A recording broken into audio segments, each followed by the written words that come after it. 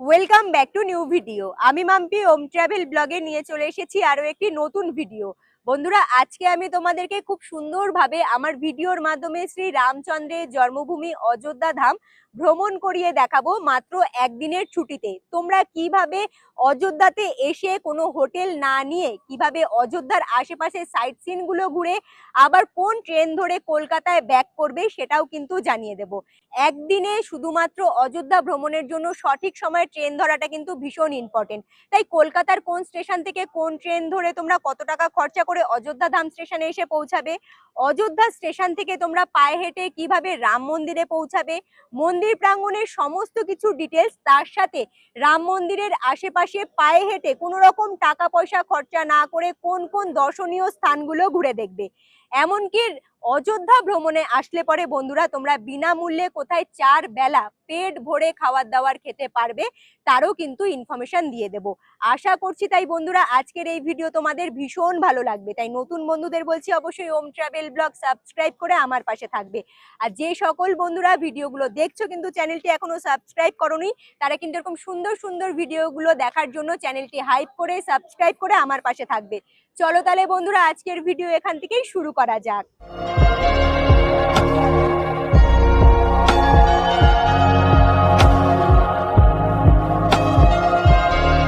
শ্রী রামচন্দ্রের জন্মভূমি অযোধ্যা ভ্রমণের জন্য ফাইনালি আমি আমার জার্নিটা শুরু করছি কিন্তু কলকাতা স্টেশন থেকে। এখন দাঁড়িয়ে রয়েছি আমি কলকাতা স্টেশনের একদম সামনের দিকের এরিয়াতে। ঘড়ির কাঁটায় বাজে সকাল 10টা। তবে বন্ধুরা কলকাতা স্টেশন থেকে আজকে সকাল 11:45-এ আমার রয়েছে কিন্তু জম্মু তাওয়াই এক্সপ্রেস ট্রেন, যে ট্রেন ধরে আমি সোজা রওনা দেব অযোধ্যার উদ্দেশ্যে। তবে আমি অনেকদিন ধরেই প্ল্যানিং করে রেখেছিলাম যে অযোধ্যায় যাব, তাই অনেকদিন আগেই আমি কিন্তু আইআরসিটিসি অ্যাপ্লিকেশন থেকে অনলাইনে টিকিটটা কেটে নিয়েছিলাম। মাথা পিছু খরচা হয়েছে স্লিপার ক্লাসে 450 টাকা। চলো তাহলে বন্ধুরা বাইরের দিকে দাঁড়িয়ে না থেকে সোজা প্ল্যাটফর্মের দিকে এগিয়ে যাওয়া যাক। বাকি ইনফরমেশনগুলো প্ল্যাটফর্মের কাছে গিয়ে তোমাদের কাছে পৌঁছে দেবো। Train number 13151 Kolkata to Jammu Tawi express train একদম সঠিক সময় কলকাতা স্টেশনের 2 নাম্বার প্ল্যাটফর্ম থেকে ছেড়ে রওনা দিল তার গন্তব্যস্থলে পৌঁছানোর জন্য। কলকাতা স্টেশন থেকে প্রত্যেক দিনই জম্মু তাওয়াই এক্সপ্রেস ট্রেন ছাড়ে। তবে কলকাতা স্টেশন ছাড়াও হাওড়া স্টেশন থেকে তোমরা ধরতে পারো অযোধ্যা পৌঁছানোর জন্য 13009 Doon express train. Jammu Tawi express ট্রেনের স্লিপার কোচের ভাড়া 450 টাকা, এসি টুটারের ভাড়া হলো 1720 টাকা এবং এসি থিটারের ভাড়া হলো 1205 টাকা। কলকাতা থেকে অযোধ্যা পৌঁছাতে জম্মু তাওয়াই এক্সপ্রেস ট্রেন ধরে আমাকে 874 কিলোমিটার পথ অতিক্রম করতে হবে। সময় লাগবে 18 ঘন্টা 36 মিনিট। কলকাতা স্টেশন থেকে ট্রেন ছাড়ার পরে মাঝে 35খানা স্টেশনে ট্রেন দাঁড়িয়েছিল। তারপরে পশ্চিমবঙ্গ, ঝাড়খণ্ড রাজ্যগুলোকে পার করার পরে উত্তরপ্রদেশের অযোধ্যা রেলওয়ে স্টেশনে এসে ট্রেনটি কিন্তু দাঁড়ালো। অযোধ্যা ধাম রেলওয়ে স্টেশনে যে কোনো প্ল্যাটফর্মে এসে ট্রেন দাঁড়াক না কেন, মেন গেটের কাছে বেরোনোর জন্য তোমাদের কিন্তু 1 নাম্বার প্ল্যাটফর্মটা ব্যবহার করতে হবে। অযোধ্যা ধাম রেলওয়ে স্টেশনটি ভীষণ সুন্দর করে সাজানো। বসার ব্যবস্থা, পানীয় জল, ওয়াশরুম, চলমান সিঁড়ি তো রয়েছে, তার সাথে নজর কাড়ার মতো রয়েছে বিরাট বড় একখানা খুব সুন্দর কাঠবিড়ালি স্ট্যাচু। যেহেতু একদিনে আমাকে অযোধ্যা ভ্রমণ করতে হবে, তাই আমি সবার প্রথমে স্টেশন চত্বরে থাকা ওয়াশরুমটি ব্যবহার করেছিলাম। সেখানে গিয়ে ফ্রেশ হয়ে জামা কাপড়ও চেঞ্জ করে নিয়েছিলাম। জম্মু তাওয়াই এক্সপ্রেস ট্রেন ধরলে পরে খুব সহজেই পরের দিন সকালবেলা 6:30টার মধ্যে অযোধ্যা ধাম স্টেশনে কিন্তু পৌঁছানো যায়। এখন আমি দাঁড়িয়ে রয়েছি অযোধ্যা ধাম স্টেশন চত্বরের একদম ঠিক সামনের দিকের এরিয়াতে। ব্যাক সাইডে তোমরা দেখতেই পারছো পুরো অযোধ্যা ধাম স্টেশনটা দেখা যাচ্ছে। তবে একদিনে বন্ধুরা যেহেতু খুব সুন্দরভাবে অযোধ্যা ভ্রমণ করব, প্রত্যেকটা জায়গায় ভিজিট করব, তারপরে আবার কিন্তু রাতের ট্রেন ধরে বাড়ি ব্যাক করব, তাই অযথা কোথাও সময় নষ্ট করা যাবে না। অযোধ্যা ধাম স্টেশন থেকে কিভাবে অযোধ্যা ভ্রমণের জার্নিটা শুরু করব এটাই এবার আমি তোমাদেরকে বলবো। অযোধ্যা ধাম স্টেশন থেকে বাইরের দিকে বেরোলে পরে দেখো সামনের দিকে মানে আমার হাতের ডান দিকে দেখা যাচ্ছে কিন্তু টোটো স্ট্যান্ড, সেই দিকেই এখন আমি এগিয়ে যাব। অযোধ্যা রাম মন্দিরের আদলেই তৈরি করা হয়েছে অযোধ্যা ধাম রেলওয়ে স্টেশন। স্টেশন চত্বর থেকে বাইরের দিকে বেরিয়ে আসলে ঠিক এইভাবেই অটো টোটো ড্রাইভাররা তোমাদের ঘিরে ধরবে, যেমনটা আর কি প্রত্যেকটা টুরিস্ট পয়েন্টগুলোতে হয়ে থাকে। তোমাদের আরো একখানা কথা বলবো, যেহেতু একদিনে অযোধ্যা ভ্রমণ করব, তাই সাথে কিন্তু লাগেজটাও একদম খুবই কম এনেছি। আর কোনো হোটেলে কিন্তু আমি থাকবো না, সেখানে ব্যাগপত্রও রাখার চিন্তা ভাবনা করিনি। আচ্ছা, তোমরা যখন স্টেশন চত্বর থেকে বাইরের দিকে বেরিয়ে আসবে, প্রচুর টোটোওয়ালা দাদা, অটোওয়ালা দাদা কিন্তু তোমাদের ঘিরে ধরবে। তারা বলবে কম খরচায় হোটেলের সন্ধান দিয়ে দেবো, কম খরচায় তোমাদেরকে ঘাটে পৌঁছে দেবো, যেমনটা প্রত্যেকটা টুরিস্ট স্পটে গেলে পরে হয়। তবে আমি কিন্তু কোনো কারো কথায় কান দিইনি। এই যে টোটো স্ট্যান্ডটা তোমরা দেখতে পারছো, এই টোটো স্ট্যান্ডের সোজা রাস্তাটা কিন্তু চলে যাচ্ছে মন্দিরের দিকে। আমি তোমাদের দেখিয়ে দিচ্ছি, এখানে লেখা রয়েছে শ্রী রাম মন্দির তীর্থক্ষেত্র 700 মিটার, আর এইদিকে লেখা রয়েছে রামপথ 400 মিটার।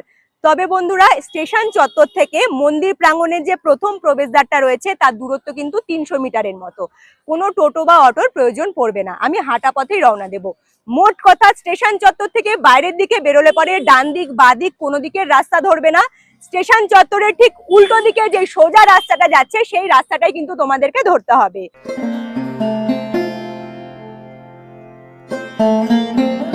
মন্দির প্রাঙ্গণের সামনের দিকে যে মেন রোডটা রয়েছে সেটা কিন্তু প্রচুর ব্যস্ততম একখানা এরিয়া, যেটা তোমরা আমার ভিডিওর মাধ্যমে আশা করছি বুঝতেই পারছো। প্রচুর গাড়ি ঘোড়া যাওয়া আসা করছে, তাই চারিদিকে প্রচুর নয়েজ। আচ্ছা, রোডের ওপরে কিন্তু সকালবেলা থেকেই দেখছি প্রচুর দোকানপাট বসে গিয়েছে, লাইন দিয়ে এখানে কিন্তু তোমরা দেখতে পারবে ছোট ছোট দোকানগুলো বসেছে। আর আমি ঠিক যেখানে দাঁড়িয়ে রয়েছি, আমার হাতে ঠিক ডান দিকে সোজা তাকালে পরেই তোমরা দেখতে পারবে মন্দির প্রাঙ্গণে প্রবেশ করার প্রথম প্রবেশদ্বার। এইবারে তোমরা যারা ভাবছো মন্দির প্রাঙ্গণের একদম ঠিক সামনে কম খরচায় কোনো একটা ভালো রুম নিয়ে ভালো ধর্মশালায় থাকবে, তারা কিন্তু বিড়লা ধর্মশালা বেছে নিতে পারো। মন্দির প্রাঙ্গণের একদম ঠিক উল্টো দিকেই রয়েছে, এই হলো বিড়লা ধর্মশালার মন্দির প্রাঙ্গণ। তবে বন্ধুরা, বিড়লা ধর্মশালার কিন্তু প্রচুর ফেক ভিডিও সোশ্যাল মিডিয়াতে রয়েছে, তাই তোমরা কেউ অনলাইনে কিন্তু টাকা পেমেন্ট করে দেবে না, অনলাইনে রুম বুক করবে না, তাহলে তোমরা কিন্তু অযোধ্যাতে এসে ফেঁসে যাবে।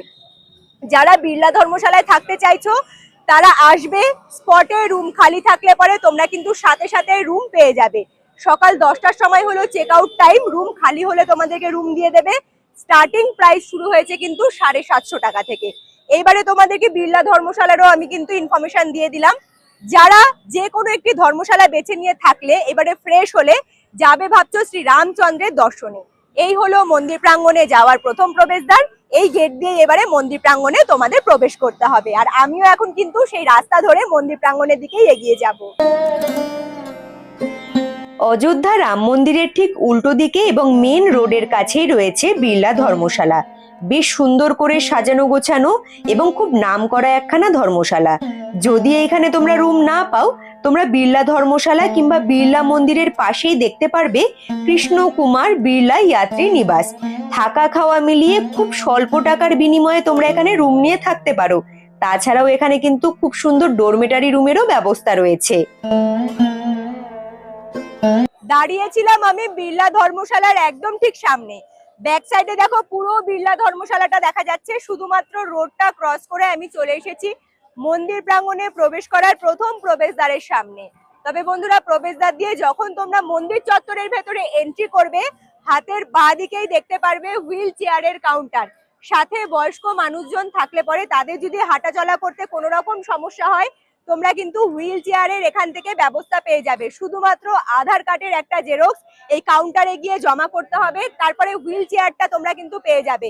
আর সাথে তোমাদেরকে একজন নিয়ে যাবে, তার জন্য তাকে কিন্তু 150 টাকা দিতে হবে। এই ইনফরমেশনটাও দিয়ে দিলাম। এখন সকালবেলা থেকে মন্দির প্রাঙ্গণে প্রচুর ভিড়, দেখো দলে দলে মানুষজন কিন্তু যাচ্ছে। সামনের দিকে আমি যতটা দূর মোবাইল ক্যামেরা নিয়ে যেতে পারবো ভিডিও করার জন্য, তত দূর কিন্তু সমস্ত কিছু ইনফরমেশন গুলো ভিডিওর মাধ্যমে তোমাদের কাছে পৌঁছে দেবো। সামনের দিকে দেখা যাচ্ছে ব্যারিকেড রয়েছে, সেই ব্যারিকেড দিয়ে কিন্তু আস্তে আস্তে দল বেঁধে লোকজন সামনের দিকে এগিয়ে যাচ্ছে। চলো তাহলে আমিও সামনের দিকে এগোতে শুরু করি। অযোধ্যা এই নামটা শুনলে পরে সবার প্রথমে মাথায় আসে ভগবান রামচন্দ্রের জন্মভূমির কথা। নিশ্চয়ই একটা সময় এই মাটিতে ভগবান রামচন্দ্রের পদধূলি পড়েছিল।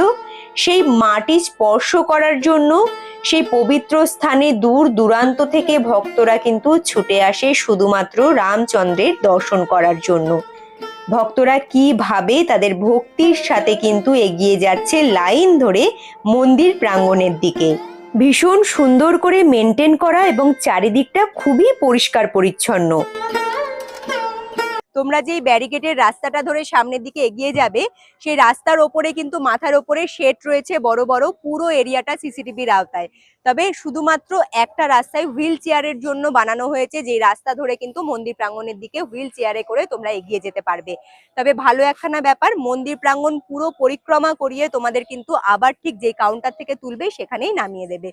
আর আমি ঠিক যেখানে দাঁড়িয়ে রয়েছি, দেখো এইখান থেকে কিন্তু মন্দির প্রাঙ্গণের চূড়াগুলো খুব সুন্দরভাবে দেখা যাচ্ছে, অসাধারণ লাগছে ভিউগুলো দেখতে। আর দেখো এই যে সামনের দিকের এরিয়াটা রয়েছে, ঠিক সেইখানে গিয়েই তোমাদের কিন্তু ব্যাগপত্র স্ক্যানিং করাতে হবে। তোমাদের সাথে যদি ব্যাগ থাকে, সেই ব্যাগগুলো স্ক্যানিং করে তারপরে কিন্তু তোমরা আবারও মন্দির প্রাঙ্গণের ভেতরে এন্ট্রি করতে পারবে। কম বেশি আমরা হয়তো সকলেই বাবরি মসজিদ এবং রাম মন্দির নিয়ে বিতর্কিত ইতিহাসের কথা শুনেছি। তবে অযোধ্যা, যার অর্থ হলো যুদ্ধ করে জয় করা যায় না, তার ফলস্বরূপ আমরা কিন্তু সুসম্পূর্ণ হওয়ায় রাম মন্দির দেখেছি। বেশ অনেকটা পথ সামনের দিকে এগিয়ে আসার পরে চোখে পড়লো কিন্তু পর পর করে একদম এখানে অনেকগুলো কাউন্টার রয়েছে। এটা কিন্তু স্ক্যানিং কাউন্টার, সাথে ব্যাগপত্র থাকলে পরে এখানে কিন্তু সেই ব্যাগগুলো স্ক্যানিং করা হবে। আরো একখানা ভালো বিষয় বন্ধুরা, এই চলার পথে তোমরা কিন্তু বসার ব্যবস্থা, পানীয় জলের ব্যবস্থা, ফোন চার্জ দেওয়ার ব্যবস্থা কিন্তু পেয়ে যাবে। এইসব সুবিধাগুলো আশা করছি সকলের ভীষণ কাজে লাগবে। এই জায়গাটা ভীষণ গুরুত্বপূর্ণ জায়গা। সাথে ব্যাগ থাকলে পরে ব্যাগের মধ্যে ভেবে চিন্তে জিনিসপত্র ক্যারি করবে, কারণ ব্যাগ স্ক্যানিং করার সময় ব্যাগের মধ্যে থাকা সমস্ত জিনিস ধরা পড়ে যাবে। এই যে কাউন্টারগুলো রয়েছে, এখানে ব্যাগ স্ক্যানিং করার পরে ব্যাগ নিয়ে তোমাদেরকে মন্দির প্রাঙ্গণের আরো একখানা ধাপ ভেতরে এন্ট্রি করতে হবে, যেখানে আসলে পরে এই এরিয়াটা চোখে পড়বে। এইখানে রয়েছে পরপর অনেকগুলো কাউন্টার, যে কাউন্টারে এসে ব্যাগ, জুতো, ফোন, ক্যামেরা সমস্ত কিছু জমা করে দিতে হবে। তোমাদের হাতে দেবে একখানা টোকেন, টোকেনটা খুব সামলে রাখবে, কারণ জিনিসগুলো ফেরত নেওয়ার সময় টোকেনটা কাজে লাগবে। মন্দির প্রাঙ্গণে যেহেতু ফোন, ক্যামেরা কিছুই অ্যালাউ ছিল না, তাই মন্দির প্রাঙ্গণের ভেতরের দিকের ভিউটা দেখাতে পারিনি। বাইরের দিক থেকে মন্দিরের চূড়াটা দেখিয়ে দিলাম। মন্দির প্রাঙ্গণে শ্রী রামচন্দ্রের খুব সুন্দর বিগ্রহ রয়েছে। মন্দির প্রাঙ্গণে প্রবেশ করে মোটামুটি 1 ঘন্টার মধ্যে খুব সুন্দরভাবে শ্রী রামচন্দ্রের দর্শন করে আমি আবারও চলে এসেছি মন্দির প্রাঙ্গণে প্রবেশ করার প্রথম প্রবেশদ্বারের সামনে। ব্যাক সাইডে কিন্তু মন্দির প্রাঙ্গণের প্রথম প্রবেশদ্বারটা দেখা যাচ্ছে। এবারে শ্রী রামচন্দ্রের দর্শন তো হলো, তবে এখানে কিন্তু ঘুরে দেখার মতো অনেক দর্শনীয় স্থান রয়েছে। সেই সব জায়গাগুলো কি করে ঘুরে দেখবো? মন্দির প্রাঙ্গণের প্রথম প্রবেশদ্বার থেকে মোটামুটি 500 মিটারের মধ্যেই রয়েছে হনুমানগড়ি, যেখানে তোমরা অবশ্যই ভিজিট করবে।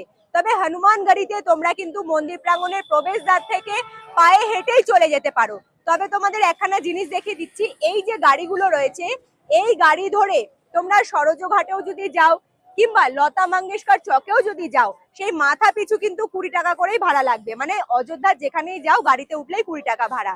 তবে মন্দির প্রাঙ্গণ থেকে বাইরের দিকে বেরিয়ে আসলে পরে হাতের বাঁ দিকের রাস্তা ধরে এবারে আমি এগোতে শুরু করব হনুমানগড়ি যাওয়ার জন্য। তোমরা চাইলে গাড়িও ধরতে পারো, আমি বলবো গাড়ির প্রয়োজন পড়বে না, হাঁটা পথে খুব সহজেই পৌঁছে যেতে পারবে। শ্রী রামচন্দ্রের দর্শন করে যখন তোমরা বাইরের দিকে বেরিয়ে আসবে এক্সিট গেট দিয়ে, দেখতে পারবে সীতা রসোই ভান্ডার। এখানে আসলে পরে বিনামূল্যে তোমরা কিন্তু ভোগ প্রসাদ গ্রহণ করতে পারবে। তবে রামচন্দ্রের দর্শন করে বেরোনোর সময় মন্দিরের গেটের কাছে কিন্তু পুরোহিত মশাই বসে থাকেন। তিনি সকলের হাতেই একখানা করে প্রসাদের প্যাকেট দেয়, যা সকলেই পাবে। মন্দির প্রাঙ্গণের সামনে থেকে মাত্র 5 মিনিট হাঁটা পথে আমি চলে এসেছি কিন্তু হনুমানগড়ি মন্দির প্রাঙ্গণের একদম ঠিক সামনে। আমি যেই রাস্তাটা তোমাদেরকে দেখালাম ঠিক সেইভাবে যদি রাস্তা ধরে আসো, তাহলে কিছুটা দূর এগিয়ে আসার পরেই দেখবে সাইনবোর্ডের মধ্যে হনুমানগড়ির রাস্তা একটা অ্যারো চিহ্ন দিয়ে খুব সুন্দরভাবে বোঝানো রয়েছে। আমি তো পৌঁছে গিয়েছি হনুমানগড়ি মন্দির প্রাঙ্গণের সামনে। ব্যাক সাইডে মন্দির প্রাঙ্গণে প্রবেশ করার প্রবেশদ্বারটা দেখা যাচ্ছে। প্রবেশদ্বারের একদম ঠিক সামনে দেখো হনুমানজির খুব সুন্দর একখানা মূর্তি রয়েছে, মানে হনুমানজি তোমাদেরকে নিজে স্বাগত জানাবে। বাইরের দিকের এরিয়াটা প্রচুর জমজমাট, অনেক দোকানপাট রয়েছে, সকলেই দল বেঁধে যাচ্ছে হনুমানজির দর্শনে। যদি তোমরা কেউ পুজো দিতে চাও, ফুল মালা কিন্তু এই বাইরে থেকেই বিক্রি হচ্ছে, সেখান থেকে কিনে নিতে পারো।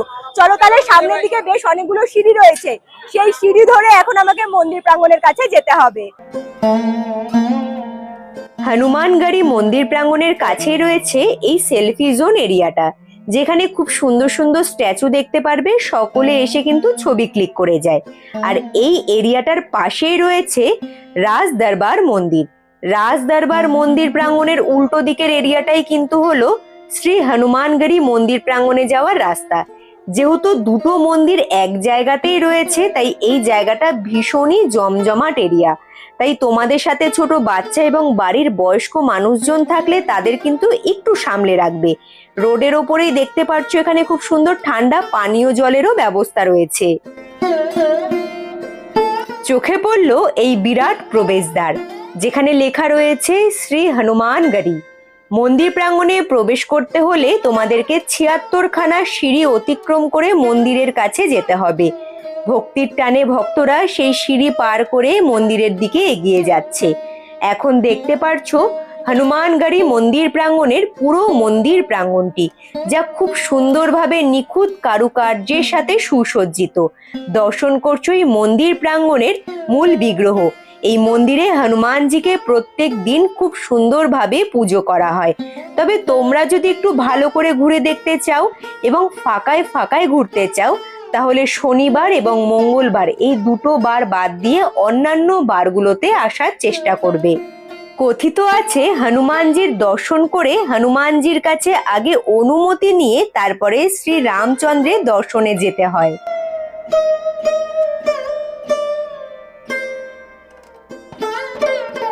হনুমানজির দর্শন করে আমি হনুমানগড়ি মন্দির প্রাঙ্গণ থেকে সোজা বাইরের দিকে বেরিয়ে বাঁ দিকের রাস্তা ধরে কিন্তু ১০০ মিটার সামনের দিকে এগিয়ে চলে এসেছি। ব্যাক সাইডে দেখা যাচ্ছে হনুমানগড়ি মন্দিরে যাওয়ার রাস্তাটা। এই যে মন্দিরের চূড়াটা দেখা যাচ্ছে, সেটা হলো কিন্তু শ্রী রাজদ্বার মন্দির। এই মন্দিরের সামনে দিয়ে যখন তোমরা দশরথ মহলের কাছে আসবে, রাস্তার দু সাইডে কিন্তু প্রচুর দোকানপাট তোমাদের চোখে পড়বে, যেমনটা প্রত্যেকটা ভ্রমণের জায়গায় গিয়ে আমরা দেখতে পাই। এখানে কিন্তু তোমরা বাচ্চাদের খেলনা থেকে শুরু করে নিজেদের সাজগোজের জিনিস, ব্যাগ পত্র, জামা কাপড়, পুজোর জিনিসপত্র সমস্ত কিছুই পেয়ে যাবে। চাইলে তোমরা পুরো মার্কেট এরিয়াটাও ঘুরে দেখে নিতে পারো। আর এখন আমি দাঁড়িয়ে রয়েছি দশরথ মহলের একদম ঠিক সামনের দিকে। ব্যাক সাইডে দেখা যাচ্ছে প্রবেশদ্বারটা ভীষণ সুন্দরভাবে, আর বড় প্রবেশদ্বার, ভীষণ সুন্দর কারুকার্য রয়েছে, বড় করে লেখা রয়েছে দশরথ মহল। চলো এখানে দাঁড়িয়ে না থেকে এবারে দশরথ মহলটা ঘুরে আসি। দশরথ মহল, যা ভগবান রামচন্দ্রের পিতা দশরথের নামে নামকরণ করা হয়েছে। তবে অনেকে বলে এক সময় রাজা দশরথ এই স্থানেই নাকি তার রাজ্যসভা পরিচালনাও করতেন। অযোধ্যার কেন্দ্রস্থলে অবস্থিত এই দশরথ মহলে শ্রী রামচন্দ্র ও তার পরিবার বসবাস করতেন। তাই এখন কিন্তু এই প্রাসাদ একখানা ঐতিহাসিক প্রাসাদ হিসেবে দাঁড়িয়ে রয়েছে। ভগবান রাম, লক্ষ্মণ ও মাতা সীতার সাথে সম্পর্কিত বা জড়িত এই দশরথ মহল। তাই ভক্তদের কাছে বা তীর্থযাত্রীদের কাছে এই স্থান ভীষণ পবিত্র একখানা স্থান। মনে করা হয় ভগবান রাম, লক্ষ্মণ ও মাতা সীতার জীবনের বেশিরভাগ সময়ই এই দশরথ মহলে কাটিয়েছিলেন। দশরথ মহলের ভেতরে খুব সুন্দর মন্দির প্রাঙ্গণ রয়েছে, যে মন্দির প্রাঙ্গণ অবশ্যই তোমরা দর্শন করবে। কতটা বড় জায়গা জুড়ে এই দশরথ মহল।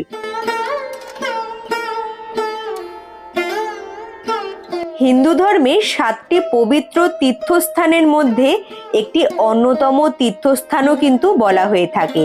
তাই ভক্তদের ঢল এই মন্দির প্রাঙ্গণে তোমরা সবসময়ই দেখতে পারবে। তবে একখানা জিনিস ভীষণ সুন্দরভাবে মন ছুঁয়ে গিয়েছিল, এই মন্দির প্রাঙ্গণে আসলে দেখতে পারবে সারাদিন কিন্তু কেউ না কেউ খুব সুন্দর অরেঞ্জ কালারের পোশাক পরে পাঠ পড়ছে, নয় গান গাইছে, যা শুনতে ভীষণ সুন্দর লাগছিল।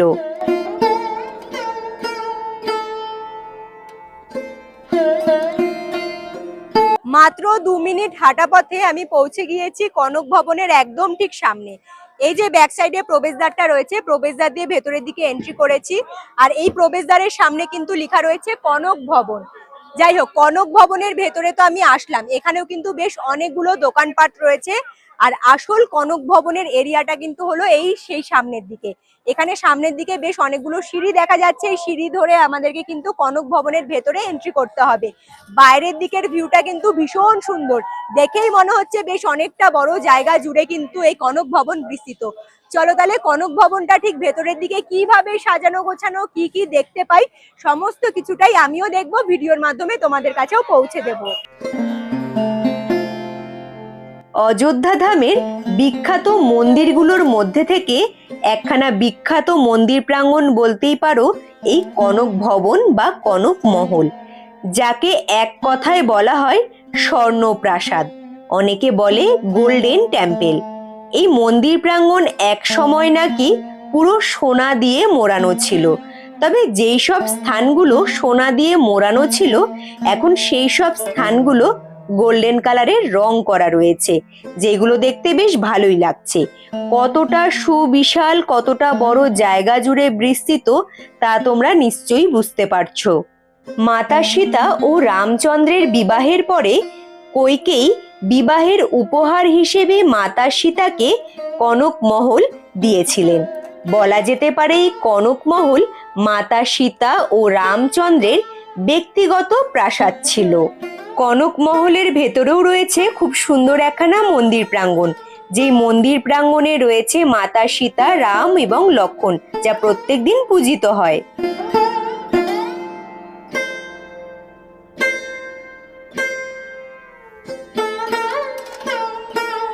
ব্যাক সাইডে সুবিশাল সুন্দর করে সাজানো কনক ভবন কিন্তু দেখা যাচ্ছে।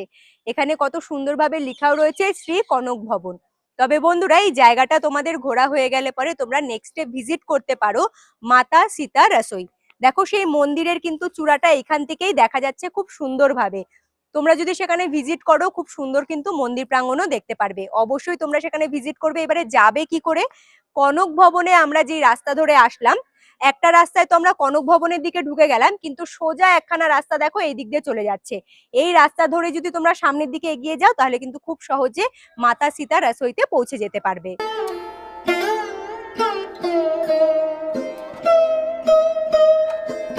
কনক মহল থেকে পায়ে হেঁটে চলে এলাম মাতা সীতা কি রসোই দেখার জন্য। এখানে প্রবেশদ্বারটা তো ভীষণই সুন্দর লাগছে, কিন্তু লেখা রয়েছে শ্রী রত্ন সিংহাসন কার্যালয়। প্রবেশদ্বার দিয়ে ভেতরের দিকে প্রবেশ করলে পরে মন্দির প্রাঙ্গণের চারিদিকের এরিয়াটা চোখে পড়বে। মাতা সীতা কি রসোই, যা মাতা সীতার রান্নাঘর হিসেবে পরিচিত।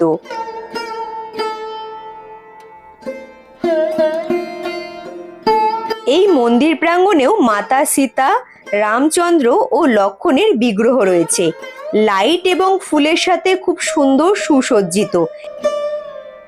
আর এই হলো সেই রান্নাঘর, যাকে মাতা সীতা কি রসোই বলে, যেখানে মাতা সীতা রান্না করতেন। মাত্র 2 মিনিট হাঁটা পথে আমি চলে এসেছি কিন্তু আমাবা রাম মন্দিরের একদম ঠিক সামনে। এইখান থেকেই মন্দির প্রাঙ্গণের চূড়া খুব সুন্দরভাবে দেখা যাচ্ছে। তবে মেন রোডের ওপরে আসলে পরে দেখতে পারবে এখানে কিন্তু খুব সুন্দর একখানা বিগ্রহ রয়েছে, যেখানে বড় করে লেখা রয়েছে বাল রূপ রাম মন্দির, মানে বাল্যরূপের যে রাম ঠাকুরের যে দৃশ্য সেটা কিন্তু এখানে ফুটিয়ে তোলা হয়েছে বিগ্রহর মাধ্যমে। দেখতে খুব সুন্দর লাগছে।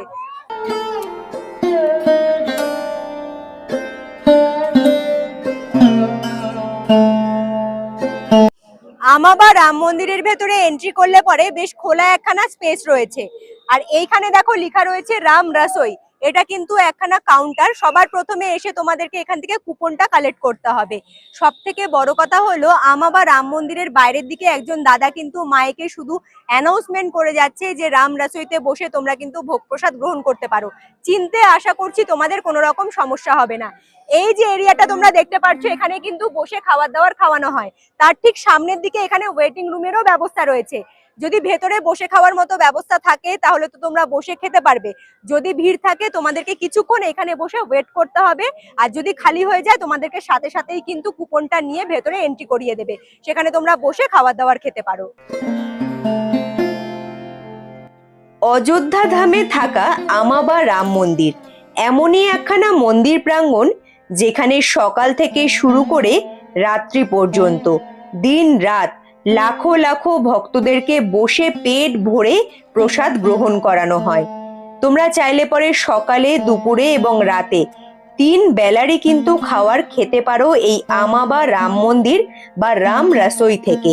আমাবা রাম মন্দিরকেই কিন্তু রাম রসোই বলা হয়। এই দুটো কিন্তু কোনো আলাদা জায়গা নয়। এত মানুষজন একই প্রাঙ্গণে বসে প্রত্যেক দিন প্রসাদ গ্রহণ করছে, তাও 3 বেলা করে।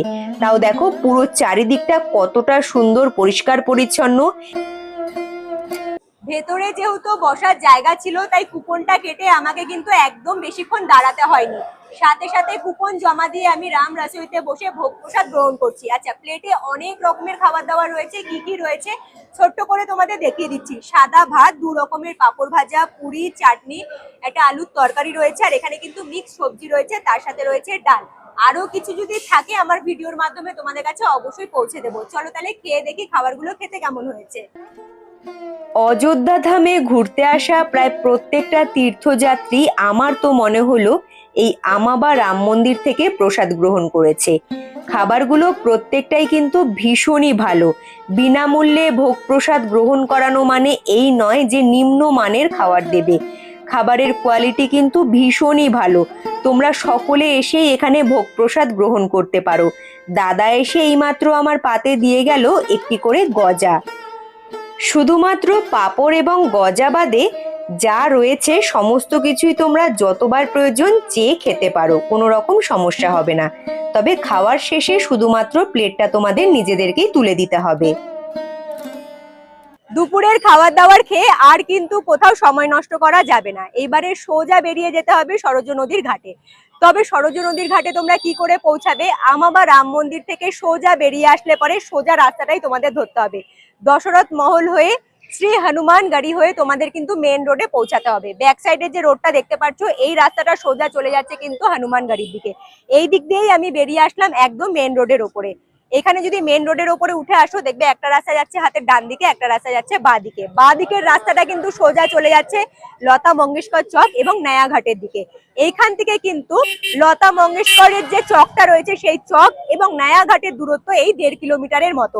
তাই একটা গাড়ি ঠিক করতে হবে। এখানে রোডের ওপরে দেখছি এই গাড়িগুলো কিন্তু দাঁড়িয়ে রয়েছে। মাথা পিছু এখন 20 টাকা ভাড়া দিয়ে আমি সোজা চলে যাব নয়াঘাটের দিকে।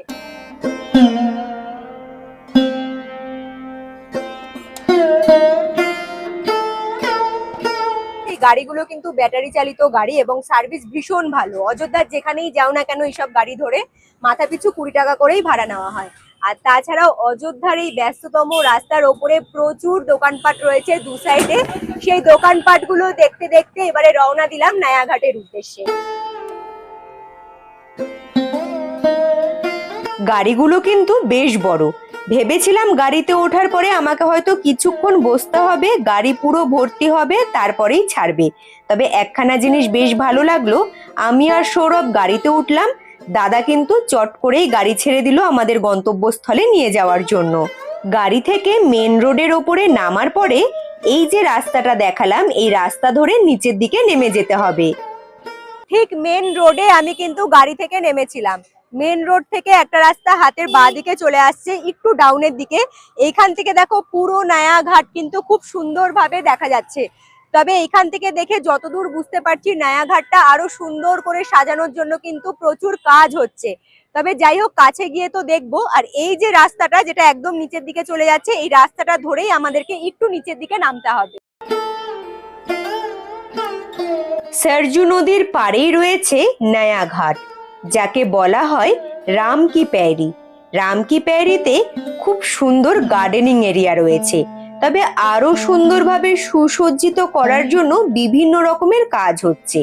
রাম কি প্যারি মানে ভগবান রামকে স্মরণ করেই নামটা করা হয়েছে। মেন রোড থেকে ফাইনালি আমি কিন্তু ওপরের সেই রাস্তা ধরে চলে এলাম নয়া ঘাটে।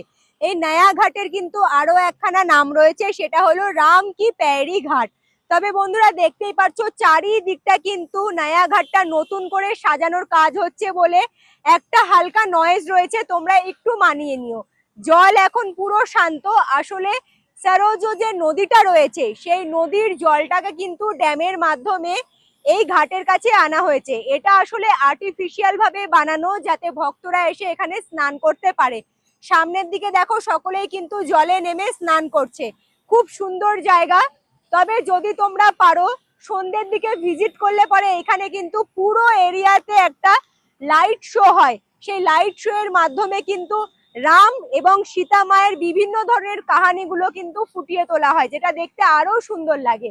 আর এই জায়গাটা ঘুরে এবারে আমি সোজা রওনা দেব সরজ নদীটা দেখতে। সরজ নদীতে কেন তোমরা যাবে সেটাও কিন্তু নদীর কাছে গিয়ে আমি তোমাদের জানিয়ে দেব। একটা সময় শ্রী রামচন্দ্র নাকি এই প্যারি পার করে সরজু নদীতে স্নান করতে যেতেন। তবে অনেকের কাছে শুনেছিলাম সরজু নদী, অনেকে আবার বলেছিল সরজ নদী। এইটা নিয়ে আমি একটু ভাবনাতেই ছিলাম। যদিও বা আমি কোথাও ভুল বলে থাকি তাহলে আগে থেকেই তোমাদের কাছে ক্ষমা চেয়ে নিলাম। নয়া ঘাট মানে রাম কি প্যারি ছাড়াও রাম কি প্যারি ঘাটের পাশে অনেক মন্দির প্রাঙ্গণ রয়েছে, যে মন্দিরগুলো তোমরা পায়ে হেঁটে ঘুরে দেখে নিতে পারো। চলে এলাম আমি কিন্তু সরজ নদীটা দেখতে। এই হলো সেই সরজ নদী যেখানে শ্রী রামচন্দ্রজি স্বয়ং কিন্তু স্নান করতেন। আর এইখানকার জলটাই কিন্তু আর্টিফিশিয়াল ভাবে রাম কি প্যারিতে নিয়ে যাওয়া হয়েছে ভক্তদের স্নান করার জন্য।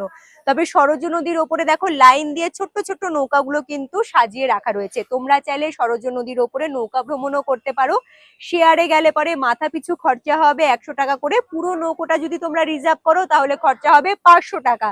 তবে তোমরা যখন নৌকা ভ্রমণ করবে আশেপাশে রয়েছে লক্ষণ কিল্লা, শ্রী শ্রী রাম কিল্লা, সেই সব জিনিসগুলো কিন্তু তোমরা দেখতে পারবে, মন্দির প্রাঙ্গণগুলো ঘুরে দেখে নিতে পারবে নৌকা ভ্রমণের সময়।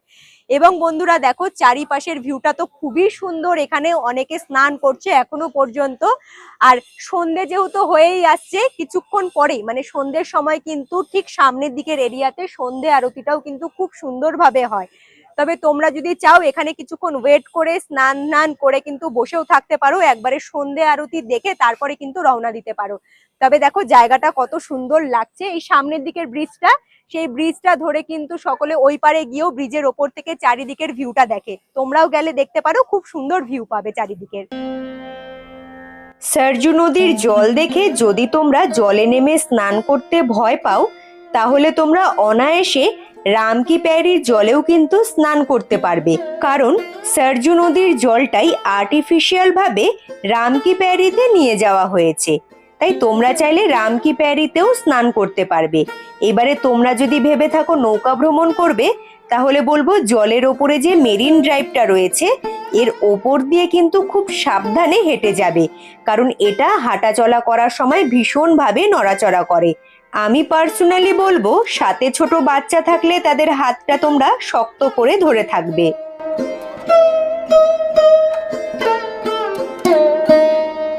সন্ধ্যের আলো নেমে এসেছে আর তারই মধ্যে সরজ নদীর ঘাটে কিন্তু প্রচুর ভিড়ও জমে গিয়েছে, কারণ এখানে সন্ধ্যেবেলা খুব সুন্দর গঙ্গা আরতি হয়, যেটা দেখার জন্য একসাথে একই জায়গায় কিন্তু অনেক মানুষজন জমায়েত হয়েছে, যেটা তোমরা আমার ব্যাক সাইডে দেখে বুঝতেই পারছো।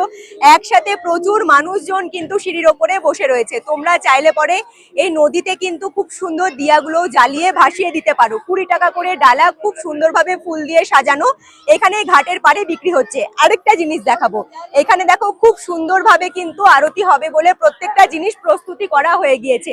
আমিও বসে একটু অপেক্ষা করব আরতি শুরু হোক এবং আরতির সমস্ত কিছু কিন্তু তোমাদের কাছে খুব সুন্দরভাবে তুলে ধরবো। ভীষণ সুন্দর লাগছে, চারিদিকে খুব সুন্দর গান বাজনাও হচ্ছে, যেটা শুনতে আরো ভালো লাগছে।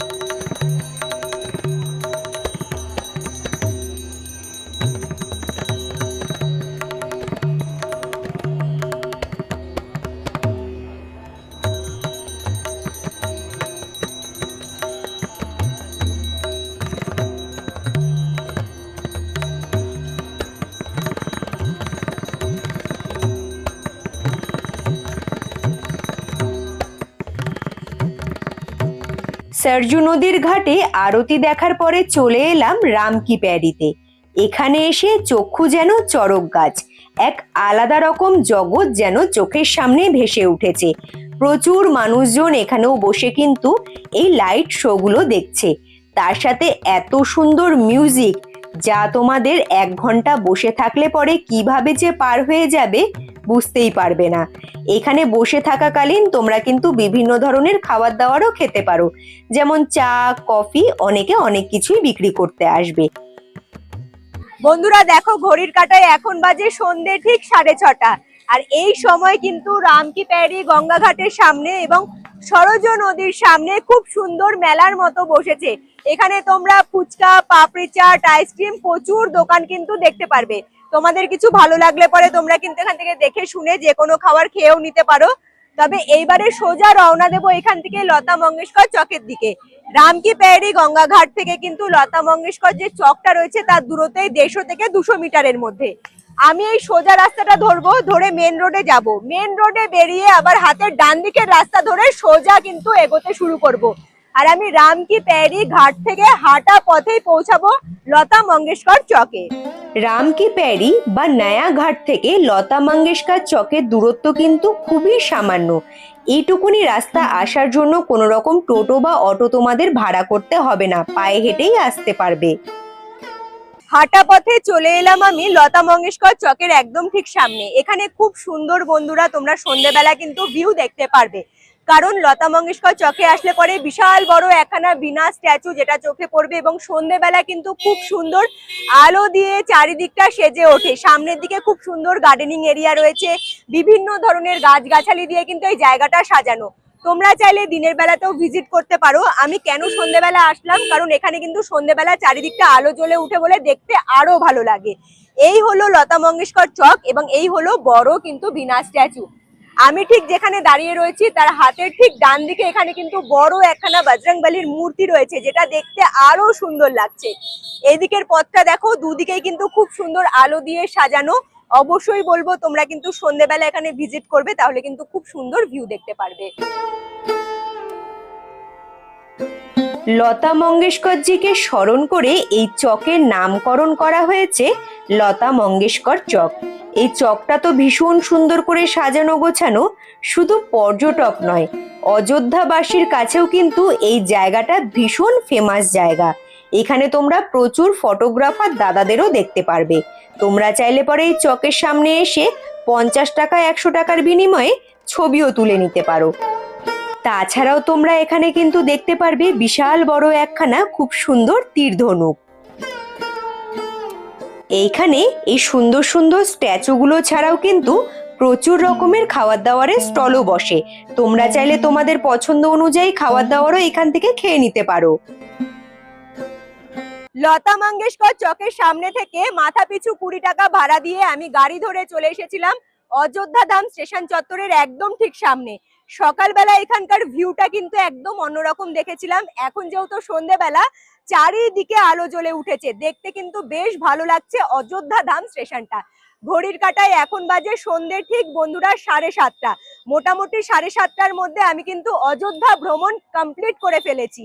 আর আজকে কিন্তু অযোধ্যা ধাম স্টেশন থেকে আমার রয়েছে সন্ধ্যেবেলা 7:56-তে কলকাতা এক্সপ্রেস ট্রেন, যে ট্রেনটি ধরে আবারও আমি রওনা দেব কলকাতার উদ্দেশ্যে। তবে বন্ধুরা, একদিনে অযোধ্যা ভ্রমণের এই ভিডিওটি তোমাদের কেমন লাগলো তোমরা আমাকে অবশ্যই কিন্তু কমেন্ট করে জানিও। ভালো লাগলে পরে লাইক করে দিও। নতুন বন্ধুরা যারা ভিডিওগুলো দেখছো কিন্তু এখনো পর্যন্ত ওম ট্রাভেল ব্লগ সাবস্ক্রাইব করোনি, তারা চটজলদি করে ওম ট্রাভেল ব্লগ সাবস্ক্রাইব করে হাইপ করে আমার পাশে থাকতে পারো।